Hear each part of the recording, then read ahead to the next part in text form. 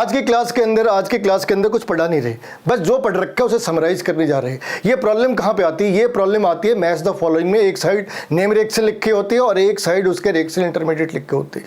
लोग उसे बैठ के याद कर रहे होते हैं। याद करने जैसा कुछ है ही नहीं, ये सब कुछ एक लॉजिक है। तुम्हें एक बार दिमाग के अंदर रखना है कि कौन से कंडीशंस हैं जब कार्बोकेटाइन जनरेट होते हैं, कौन से कंडीशंस हैं जब कार्बीन जनरेट होते हैं और कार्बन एनायन जनरेट होते हैं। तो स्टार्ट से स्टार्ट करते हैं। तुमने नोटिस करा होगा कि हमने रिएक्शंस के अंदर क्या चीजें ले रखी होती है? एसिड ले रखा होते है ना, और दूसरी कंडीशन में बेस ले रखा होते हैं। जो इनके एक्सट्रीम कंडीशंस होते हैं उनमें बेस ले रखी होती है। तो आखिर एसिड लेके कर क्या रहे हैं?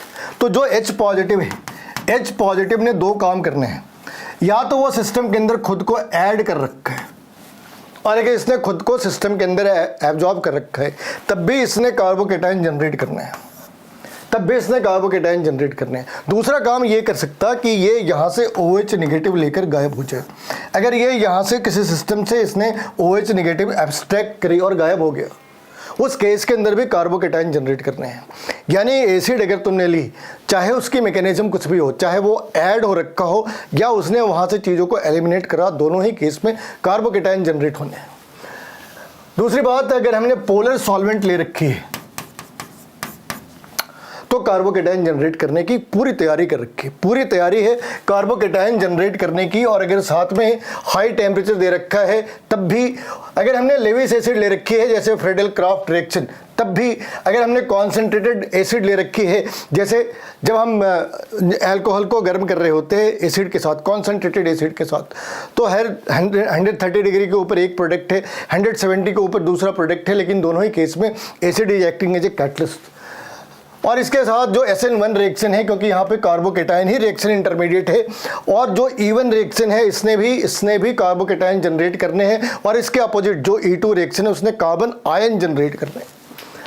तो ये चार चीज़ें, बेसिकली ये चार चीज़ें, elimination reaction, E1 SN1 reaction, इसके साथ अगर तुमने हाई टेम्परेचर ले रखी है, पोलर प्रोटिक मीडियम ले रखा है, कॉन्सेंट्रेटेड एसिड ले रखी है, या फिर कोई लेविस एसिड हो जैसे फ्रेडल क्राफ्ट रिएक्शन है, AlCl3 यूज करते, इसने वहाँ से क्लोराइड एब्स्ट्रैक्ट करी और ये क्या बन जाता है? AlCl4 negative.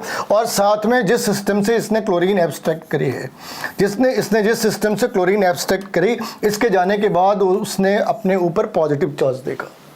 इतनी छोटी सी बात है। तो ये चार पॉइंट्स हैं जिनके ऊपर हमें आइडिया लग जाता है। बड़े पॉपुलर से कौन से एग्जांपल है? जो फ्रेडल क्राफ्ट रिएक्शन है, या फिर अल्कीन के अंदर वाटर डाल के जो हम अल्कोहल बना रहे हैं। ध्यान रखना, अगर अल्कीन के अंदर वाटर डालने से अल्कोहल बन जाता तो समंदर के नीचे पानी नहीं, दारू होती। क्यों? समंदर के अंदर अल्कीन है, अल्काइन है, हाई प्रेशर है, पानी भी बहुत है, लेकिन वो दारू तो नहीं बन रहा ना। तो यहाँ इस चीज़ का तुम्हें ध्यान रखना है। एक पिनाकोल रीअरेंजमेंट रिएक्शन है, तुमने नोटिस करना है इस चीज़ का कि अगर मान लो कभी ऐसा जनरेट हो रखा है, मान लो कभी ऐसी चीज़ें जनरेट हो रखी है ऐसा, या कभी कुछ इस तरीके से जनरेट हो रखा है, तो यहाँ पे ये समझ लो, ये 1 डिग्री कार्बोकेटाइन से ज़्यादा 3 डिग्री कार्बोकेटाइन स्टेबल हो सकते हैं। इस 1 डिग्री से ज़्यादा 3 डिग्री स्टेबल हो सकते हैं। तो तुम्हें पहली नज़र में दिखे कि वो 1 डिग्री है, मगर वो 1 डिग्री हो नहीं सकता, उसने खुद को रीअरेंज करना है। और जो ज़्यादा स्टेबल प्रोडक्ट है, it can be 2 degree, it can be 3 degree, but if the branching is there, it is more suitable that it is going to generate a 3 degree carbocation.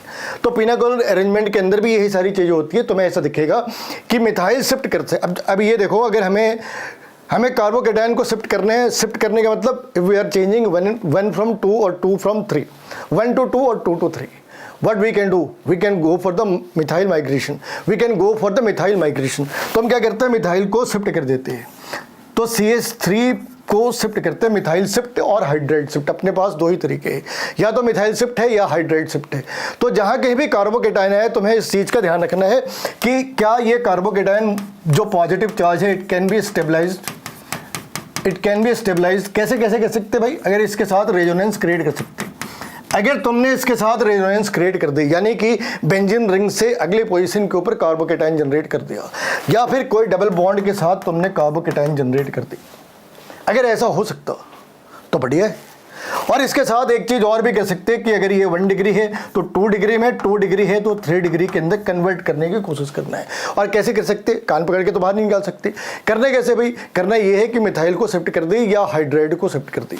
तो ये सारी कहानी है कार्बोकेटाइन के ऊपर। अब कार्बन एनायन और कार्बिन के बारे में बात करते हैं। कार्बिन छोटा सा पार्ट है, कार्बिन छोटा सा पार्ट है। और तुम्हें ध्यान होगा कि जो रिएक्शंस है, ये 2 रिएक्शंस हैं, इन दोनों में एक फ़र्क है, ये दोनों और नीचे वाले में एक फ़र्क है। यहाँ पे डाइक्लोरोकार्बिन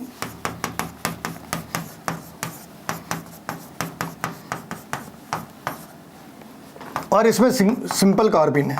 अब कार्बिन के भी अपने पार्ट हैं, ट्रिपलेट और सिंगलेट, लेकिन ये मेडिकल के सिलेबस में नहीं है, ये मेडिकल के सिलेबस में नहीं है, ये जेईई के सिलेबस में है। तो फिलहाल इसके बारे में ज़्यादा बातें नहीं करते। तो कार्बिन भी 2 तरीके के हो सकते हैं, लेकिन फिलहाल हमने सिर्फ ये बातें करी कि यहाँ पे कार्बिन जनरेट हो जाते हैं। तो कार्बन जनरेट कैसे होते हैं, तो इंटेंशनली या तो हम क्लोरोफॉर्म ले रहे या CCl4 जैसी कोई चीज़ ले रहे।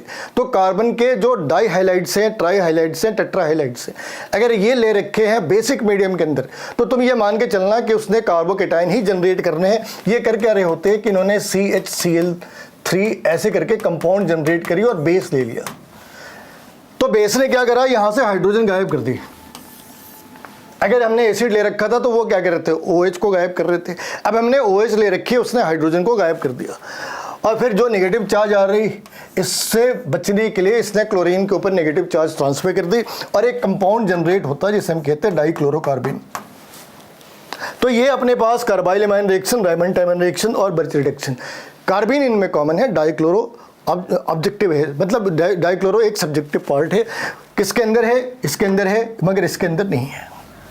अगर कार्बन आयन की बात करें तो अब डिस्कस क्या कर रहा था कि वहाँ पे स्ट्रॉन्ग एसिड ले रखी है, इसका उल्टा करा स्ट्रॉन्ग बेस है। और एक अलग सी चीज़ है, जैसे तुमने लिथियम एल्यूमिनियम हाइड्राइड या NaBH4, लिथियम एल्यूमिनियम हाइड्राइड से या NaBH4 से रिड्यूस करा, तो मैक्सिमम चांसेस है कि इसने कार्बन आयन जनरेट करने हैं। अगर तुमने एसिड से डीप्रोटोनेशन करी, अगर तुमने एसिड से डीप्रोटोनेशन करी, वहाँ से प्रोटॉन बाहर निकाला, H पॉजिटिव तुमने बाहर निकाली, तो सिस्टम के ऊपर नेगेटिव चार्ज जनरेट होना है। तो ये चीज़ें हैं जहाँ पे हमने ये देखना है कि वो कार्बन आयन जनरेट कर रहे। तुम देखो जो भी स्ट्रॉन्गर बेसिक मीडियम में है, एल्डोल कंडेंसेशन से लेके ग्लाइसिन कंडेंसेशन तक, यहाँ पे हम क्या कर रहे हैं, कैनेजारो रिएक्शन के अंदर भी एनाइन ही जनरेट कर रहे हैं, मगर उसमें क्या प्रॉब्लम होती है वो देखो। यहाँ पे इस वाले क्वेश्चन को आंसर करते हैं कि हर बार अगर तुमने स्ट्रॉन्ग बेस ली, अगर हर बार तुमने स्ट्रॉन्ग बेस ली तो कार्बन आयन जनरेट होने। क्या ये 100% केस के अंदर ट्रू है? आंसर है कि नहीं, ये 100% केस के अंदर ट्रू नहीं है। मगर क्यों? मगर इसलिए कि अगर तुमने कार्बन और कार्बन ले रखा है फिर तो ये 100% ट्रू है। लेकिन अगर कहीं कंपाउंड के अंदर कार्बन और नाइट्रोजन है, कार्बन और हाइड्रोजन, कार्बन और ऑक्सीजन है, कार्बन और क्लोरीन है, क्लोरीन के साथ डबल बॉन्ड हो नहीं सकती, मगर इनके साथ हो सकते हैं। तो मान लो पहले से डबल बॉन्ड थे, तुमने क्या करा कि यहाँ पे इस वाली केस में बेस ऐड करी। अब जो नेगेटिव चार्ज है उसके पास 2 पॉसिबिलिटी है कि नेगेटिव चार्ज ने खुद को इसके ऊपर रखना या इसके ऊपर रखना। ये डिबेट यहाँ पे भी आनी है। ऑब्वियस सी बात है, more electronegative element will have more negative charge और electronegative element will prefer to have a negatively charge. तो इस वाली केस में इसके ऊपर अनस्टेबल है, ये स्टेबल है, इसके ऊपर ये अनस्टेबल है, ये स्टेबल है। अब कार्बन आयन कहेंगे? आंसर है नहीं कहेंगे। इसे कार्बन आयन नहीं कह सकते क्योंकि कार्बन के ऊपर नेगेटिव चार्ज नहीं।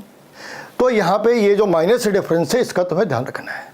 बाकी चीज़ें वैसी ही। स्ट्रॉन्ग एसिड मीडियम ले रखा है तो कार्बोकेटाइन जनरेट कर रहे। स्ट्रॉन्ग बेसिक मीडियम का पर्पस ही है कार्बन आयन जनरेट करना। अगर तुम्हारी तकदीर बहुत बुरी है तो उसने इस तरह के एग्जाम्पल्स ले रखे हैं।